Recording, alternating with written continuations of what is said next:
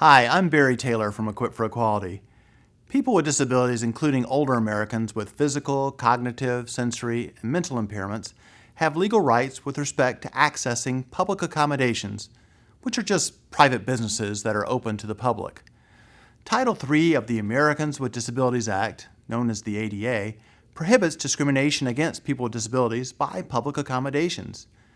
To be covered as a public accommodation, a business must fall within one of 12 categories.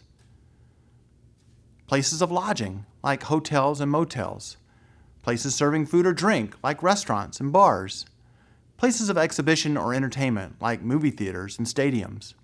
Places of public gathering, like auditoriums or convention centers. Sales or rental establishments, like grocery stores or shopping malls. Service establishments, like hair salons, banks, hospitals, and gas stations. Public transportation facilities like train stations. Places of display or collection like museums and libraries. Places of recreation like parks and zoos.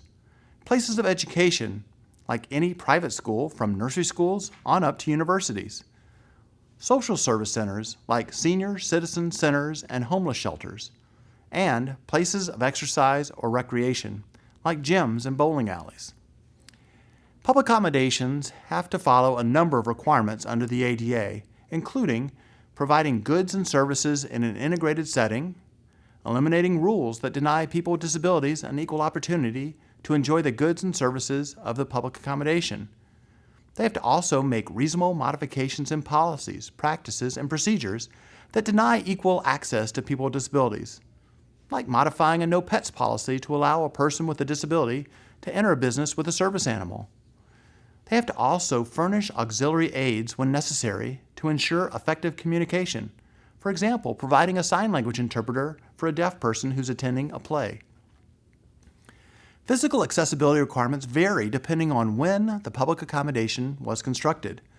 All newly constructed businesses must be accessible unless it is structurally impracticable. The new construction requirements apply to any facility occupied after January 26, 1993. For those facilities built before January 26, 1993, the ADA requires the removal of physical barriers, such as stairs, if it's readily achievable. However, if removal is not readily achievable, alternate steps must be taken to make goods and services accessible. An example of an alternate measure would be retrieving merchandise from inaccessible shelves. Remember, extra charges may not be imposed on people with disabilities to cover the costs or measures used as alternatives to barrier removal.